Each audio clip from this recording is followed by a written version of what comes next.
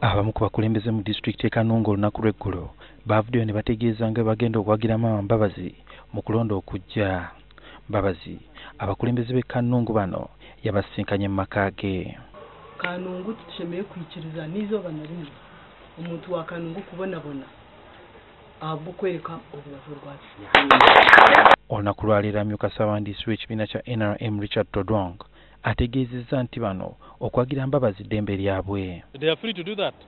We don't have any problem with it, but we want to see that anybody who wants to be a party candidate is following the procedures that are laid in the constitution of the party. Mbabazi olunaku lweggulo yanenyeza poliisi okumuziyiza okugenda embaale nga bw'eraga nti eriko oludda lwewagira. Kyokka Todwong agamba nti poliisi terina nsobi gy'akola era waddembe okwetooloola eggwanga singa takikola nga yeerimbise mu NRM. The police must stop being partisan. The police must work in partnership with all the communities irrespective of their political opinions. The police must be without bias. If he was going as an independent presidential aspirant, that law was going to be effectively perfect for him. But as a member of the party, as a member of the NRM political party, I'm sorry, his lawyers are misinterpreting the law for him. Todwong era azemu Mbabazi ku kyabawagizi ba NRM Gulu abeekalakaasa nga bakutte keesi y'abafu eriko ebifaananyi bye.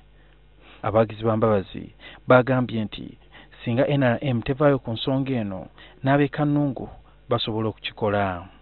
Government eshemere kusobola really was the police really right to guard the people carrying a coffin of somebody who is living bakaparedinga bakagumizzamu. In Soroti, women undress. In Gulu, they hoped to carry a coffin to demonstrate a political end of Amama.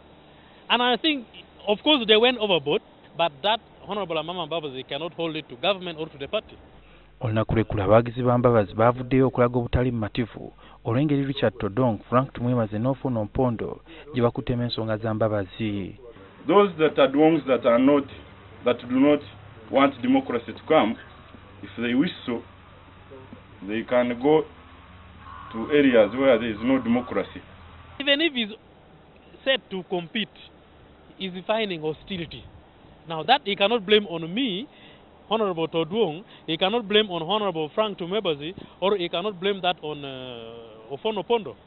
Aba NRM bongera okugamba nti ebikolwa bya Mbabazi byongera okulaga obusiiwuufu bw'empisa eri ekibiina, wabula ye Mbabazi azayogera nti akolera wansi w'amateeka. Suhail Mugabi, NTV, Akawungeezi.